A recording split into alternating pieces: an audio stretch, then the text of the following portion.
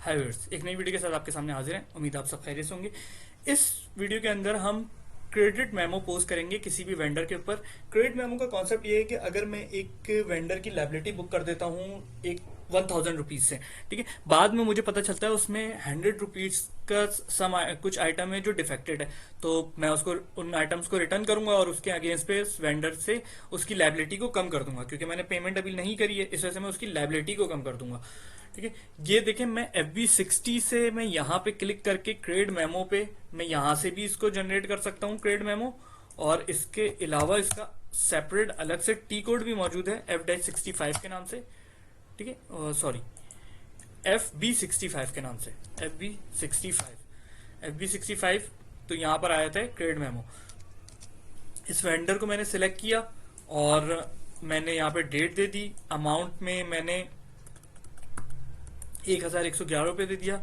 ये मैं जिस जिस जब लायबिलिटी बनाते हुए जो मैंने GL सिलेक्ट किया था, मैं यहाँ पर वही GL दूंगा ताकि वो पूरा का पूरा नेट ऑफ हो जाए।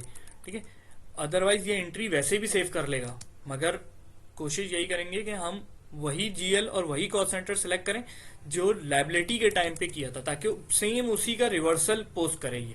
ठीक है, ये मैंने सारी चीजें इनपुट कर दी। ये मैंने रिवर्सल ऑफ टेस्ट लिख दिया और इसको मैंने पोस्ट कर दिया। ठीक है, ये टेक्स्ट का बोल रहा है, इसको मैं जस्ट ओके कर देता हूँ। ये मेरी एक क्रेडिट मेमो पोस्ट हो चुका है। इसको देखने के लिए मैं वेंडर लाइन आइटम पे FBL1N पर आता हूँ और ये मैंने वेंडर सिलेक्ट किया। ओपन आइटम पे सिलेक्ट करके नॉर्मल आइटम पे चेक लगा के मैं इसको एग्जीक्यूट करता हूँ।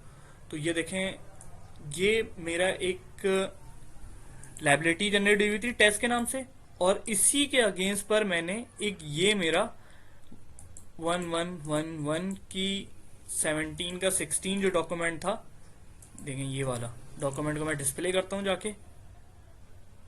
17 का 16 इसने पॉजिटिव में यहां पर पोस्ट कर दिया है ताकि मेरी लायबिलिटी उस अमाउंट से कम हो जाए। ठीक है, उम्मीद है आपको वीडियो पसंद आई होगी। Thanks for watching.